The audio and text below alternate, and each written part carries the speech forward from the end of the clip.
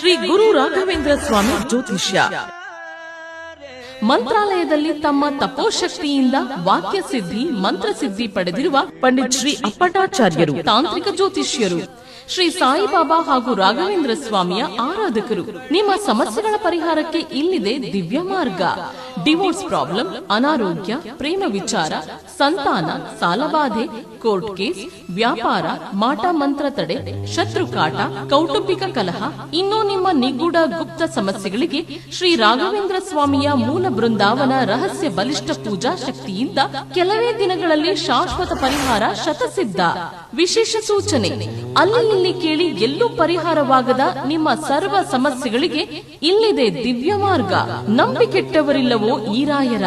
ನೀವು ಬಯಸುವ ನೆಮ್ಮದಿಯ ಜೀವನಕ್ಕಾಗಿ ಒಮ್ಮೆ ಸಂಪರ್ಕಿಸಿ ಶ್ರೀ ಗುರು ರಾಘವೇಂದ್ರ ಸ್ವಾಮಿ ಜ್ಯೋತಿಷ್ಯ, ಪಂಡಿತ್ ಶ್ರೀ ಅಪ್ಪಟಾಚಾರ್ಯರು. ಫೋನಿನ ಮೂಲಕ ಪರಿಹಾರ. ಮೊಬೈಲ್ ಸಂಖ್ಯೆ 9001111181. ಓಂ ಶ್ರೀ ಗುರು ರಾಘವೇಂದ್ರಾಯ ನಮಃ. ಎಲ್ರಿಗೂ ನಮಸ್ಕಾರ. ಇವತ್ತಿನ ವಿಡಿಯೋನಲ್ಲಿ ನಿಮಗೆ ಈ ಗುರುವಾರ 13ನೇ ತಾರೀಕು ಕಾರ್ತಿಕ ಮಾಸದ 4ನೆಯ ಗುರುವಾರ.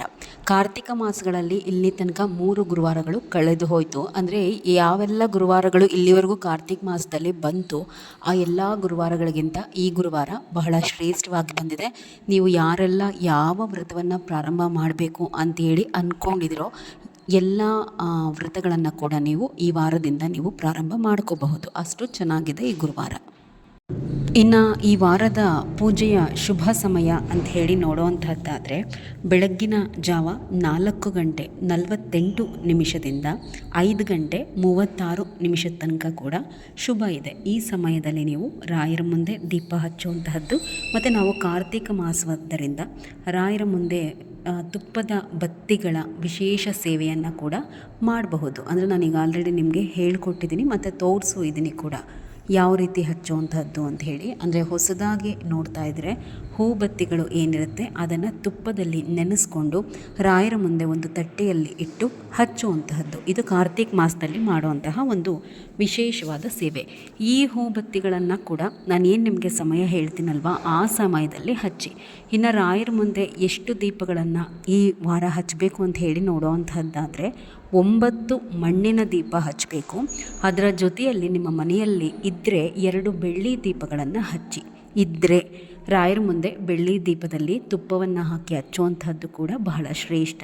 ಇಲ್ಲ ಅಂತಂದರೆ ಪರವಾಗಿಲ್ಲ, ಹಿತ್ತಾಳೆ ಅಥವಾ ಕಂಚು. ಅಂದರೆ ನೀವು ಪ್ರತಿ ಗುರುವಾರ ಈ ಮಣ್ಣಿನ ದೀಪಗಳನ್ನು ಹಚ್ಚೋದಕ್ಕಿಂತ ಮೊದಲು 2 ದೀಪ ಏನು ಹಚ್ತಿದ್ರಲ್ಲ ಅದನ್ನು ಹಚ್ಕೊಂಡು ಅದರ ಜೊತೆಯಲ್ಲಿ 9 ಮಣ್ಣಿನ ದೀಪಗಳನ್ನು ಹಚ್ಕೋಬೇಕು. ಅಂದರೆ ರಾಯರ ಫೋಟೋ ಮುಂದೆ ಒಟ್ಟಾರೆಯಾಗಿ 11 ದೀಪಗಳು ಆಗಬೇಕು. ಕೆಲವರೆಲ್ಲ ನಾನು ವಿಡಿಯೋ ಅಪ್ಲೋಡ್ ಮಾಡಿದ್ಮೇಲೆ ಕಾಮೆಂಟನ್ನು ಮಾಡ್ತೀರಾ, ಬಹಳ ಪುಟ್ಟದಾದಂತಹ ಜಾಗದಲ್ಲಿ ಇಟ್ಕೊಂಡಿದ್ದೀವಿ, ಅಷ್ಟೊಂದು ದೀಪ ಇಡಲಿಕ್ಕೆ ಜಾಗ ಇಲ್ಲ ಅಂತಂದು.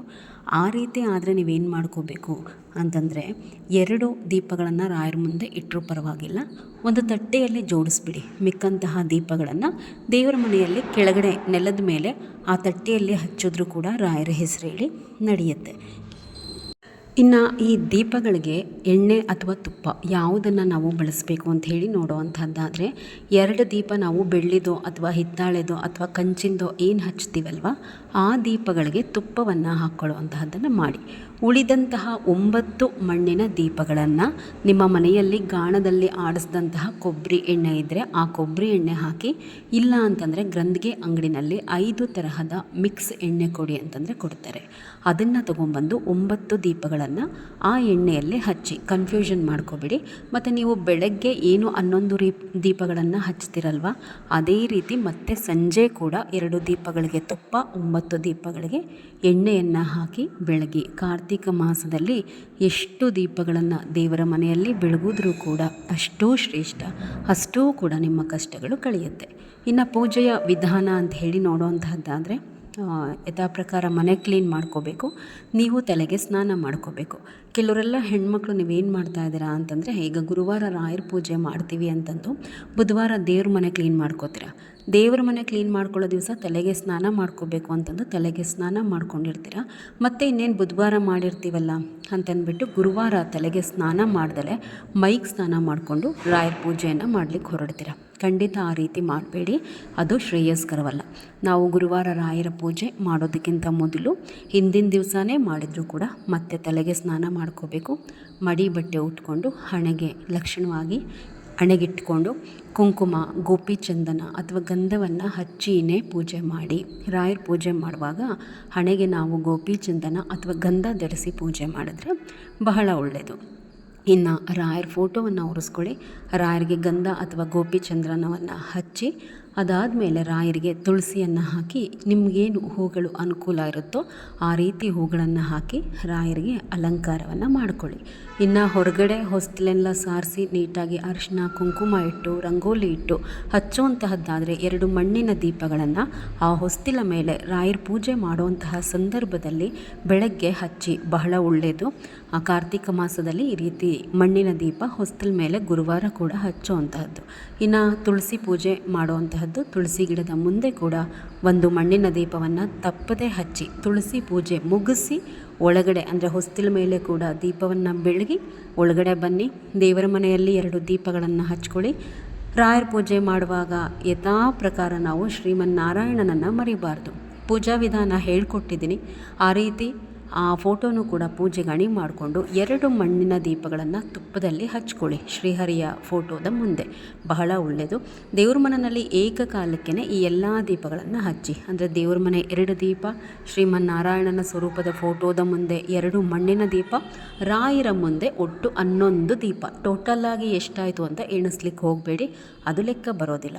ಇದಾದಮೇಲೆ ಊದುಗಡ್ಡಿಯನ್ನು ಬೆಳಗ್ಗೆ ಮತ್ತೆ ಏನು ಕಮೆಂಟ್ಗಳಲ್ಲಿ ಕೇಳ್ತೀರಾ, ರಾಯರಿಗೆ ಊದುಗಡ್ಡಿ ಕರ್ಪೂರವನ್ನು ಬೆಳಗಬಹುದಾ ಅಂಥೇಳಿ. ಖಂಡಿತವಾಗಿ ಬೆಳಗಬಹುದು. ಮಂತ್ರಾಲಯದಲ್ಲಿ ಬೆಳಗೋದಿಲ್ಲ, ಹೌದು. ರಾಯರಿಗೆ ಮಂತ್ರಾಲಯದಲ್ಲಿ ಊದುಗಡ್ಡಿ ಬೆಳಗುವಂತಹದ್ದು, ಕರ್ಪೂರ ಹಚ್ಚುವಂತಹದ್ದು ಮಾಡೋದಿಲ್ಲ. ಮಂತ್ರಾಲಯದಲ್ಲಿ ನಡೆಸುವಂತಹ ಎಲ್ಲ ಆಚರಣೆಗಳನ್ನು ನಾವು ಮನೆಯಲ್ಲಿ ನಡೆಸಲಿಕ್ಕಾಗೋದಿಲ್ಲ.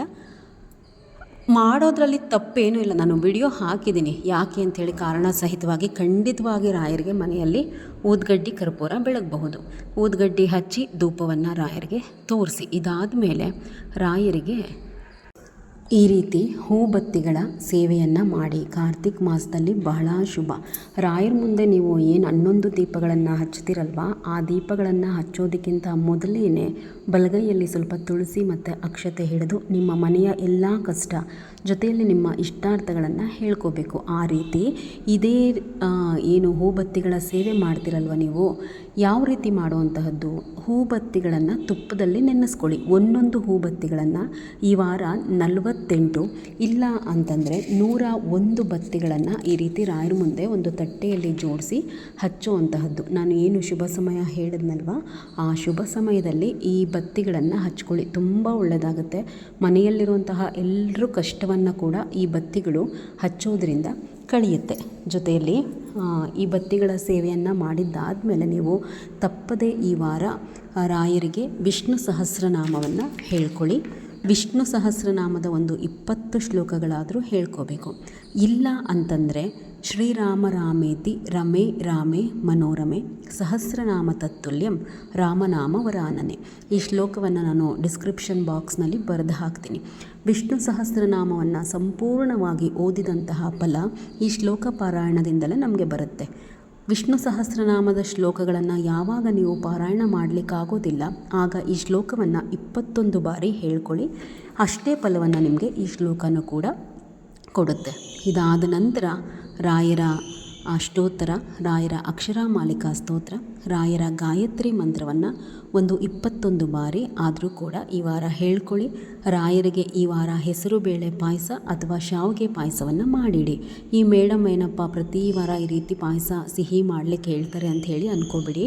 ನೀವು ಭಗವಂತನನ್ನು ಉಳಿಸ್ಕೊಳ್ಳೋದಕ್ಕೆ ಈ ನೈವೇದ್ಯ ಇಡೋದು ಕೂಡ ಒಂದು ಮಾರ್ಗ. ಪ್ರೀತಿಯಿಂದ ರಾಯರು ಇಷ್ಟಪಡುವಂತಹ ಈ ಸಿಹಿ ಪದಾರ್ಥಗಳನ್ನು ನಾವು ದೇವರ ಮನೆಯಲ್ಲಿ ಅವರಿಗೆ ನೈವೇದ್ಯವಾಗಿ ಇಡೋದ್ರಿಂದಲೇ ಅವರ ಅನುಗ್ರಹ ಕೂಡ ನಮಗೆ ಹೆಚ್ಚಾಗುತ್ತೆ.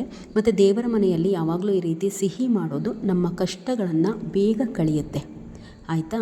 ಇದೆಲ್ಲ ಸೇವೆ ಮಾಡಿ ಈ ವಾರ. ಇನ್ನು ಶ್ಲೋಕಗಳನ್ನು ಹೇಳ್ಕೊಳ್ತೀರಾ, ನೈವೇದ್ಯವನ್ನು ಇಡ್ತೀರಾ.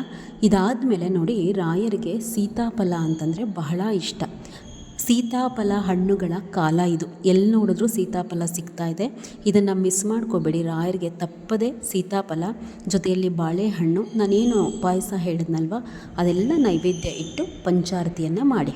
ಪಂಚಾರತಿಯನ್ನು ಮಾಡಿಬಿಟ್ಟು ಮಹಾಮಂಗಳಾರತಿಯನ್ನು ಮಾಡಿಬಿಟ್ಟು ರಾಯರಿಗೆ ಬಲಗೈಯಲ್ಲಿ ಒಂದು ಹೂ ತಗೊಂಡು 3 ಪ್ರದಕ್ಷಿಣೆ ಹಾಕಿಬಿಟ್ಟು ಅವರ ಪಾದದ ಬಳಿಗೆ ಹಾಕಿ ನಮಸ್ಕಾರ ಮಾಡಿ.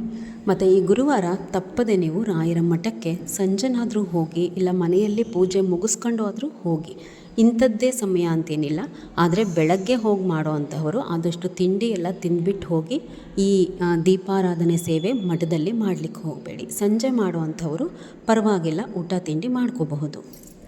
ಒಂದು ಅಡಿಕೆ ತಟ್ಟೆ, ಯೂಸ್ ಆ್ಯಂಡ್ ಥ್ರೋ ಪ್ಲೇಟ್ ತೊಗೊಂಡೋಗಿ 5 ಮಣ್ಣಿನ ದೀಪಗಳನ್ನು ತೊಗೊಂಡೋಗಿ ಒಂದೊಂದು ಸ್ಪೂನ್ ತುಪ್ಪ, 2 ಹೂಬತ್ತಿಗಳನ್ನು ಹಾಕಿ ರಾಯರಿಗೆ ಮೊದಲು 3 ಪ್ರದಕ್ಷಿಣೆ ಹಾಕಿ ಈ ದೀಪಗಳನ್ನು ನಿಮ್ಮ ಇಷ್ಟಾರ್ಥ ಕೋರಿಕೆ ಕೇಳಿಕೊಂಡು ಮಠದಲ್ಲಿ ರಾಯರ ಎದುರುಗಡೆ ಕೂತ್ಕೊಂಡು ಹಚ್ಚಿಬಿಟ್ಟು ರಾಯರಿಗೆ ಬೆಳಗ್ಗೆ ದೀಪ ಉರಿಯೋ ತನಕ ರಾಯರ ಮುಂದೆ ಆ ತಟ್ಟೆಯನ್ನು ಇಡಿ. ಇದು ಆಪ್ಷನಲ್ಲು. ಈ ಸೇವೆ ಎಲ್ಲರೂ ಕೂಡ ಮಾಡಲೇಬೇಕು ಅಂತೇನಿಲ್ಲ. ಅಂದರೆ ಕಮೆಂಟಲ್ಲಿ ಹಾಕ್ತೀರಾ ನಮಗೆ ಮಠ ತುಂಬ ದೂರ ಅನ್ನೋವಂಥವ್ರು, ಅಂಥವರು ಇದನ್ನು ಸ್ಕಿಪ್ ಮಾಡ್ಕೊಳ್ಳಿ. ಮನೆಯಲ್ಲಿ ರಾಯರ ಪೂಜೆಯನ್ನು ಮಾಡ್ಕೊಳ್ಳಿ. ಯಾರಿಗೆಲ್ಲ ಮಠ ಹತ್ತಿರ ಇದೆ, ನಾನು ಹೇಳುವಂತಹ ಸರಳ ಸೇವೆಗಳನ್ನು ಮಾಡ್ಕೊತಾ ಹೋಗಿ. ತುಂಬ ಜನಕ್ಕೆ ಈಗಾಗಲೇ ಫಲ ಸಿಕ್ಕಿದೆ ಈ ಪೂಜೆಗಳಿಂದ. ನಿಮಗೂ ಕೂಡ ದಿನಕ್ರಮೇಣ ಕಷ್ಟಗಳು ಕಡಿಮೆ ಆಗಿ ರಾಯರ ಅನುಗ್ರಹ ಅನ್ನುವಂತಹದ್ದು ಖಂಡಿತ ದೊರೆಯುತ್ತೆ. ತಾಳ್ಮೆ ಇರಬೇಕು, ಜೊತೆಯಲ್ಲಿ ರಾಯರ ಮೇಲೆ ಭಕ್ತಿ ಇರಬೇಕು, ನಂಬಿಕೆ ಕೂಡ ಇರಬೇಕು. ಎಲ್ರಿಗೂ ಕೂಡ ರಾಯರು ಒಳ್ಳೇದು ಮಾಡಲಿ. ನಮಸ್ಕಾರ.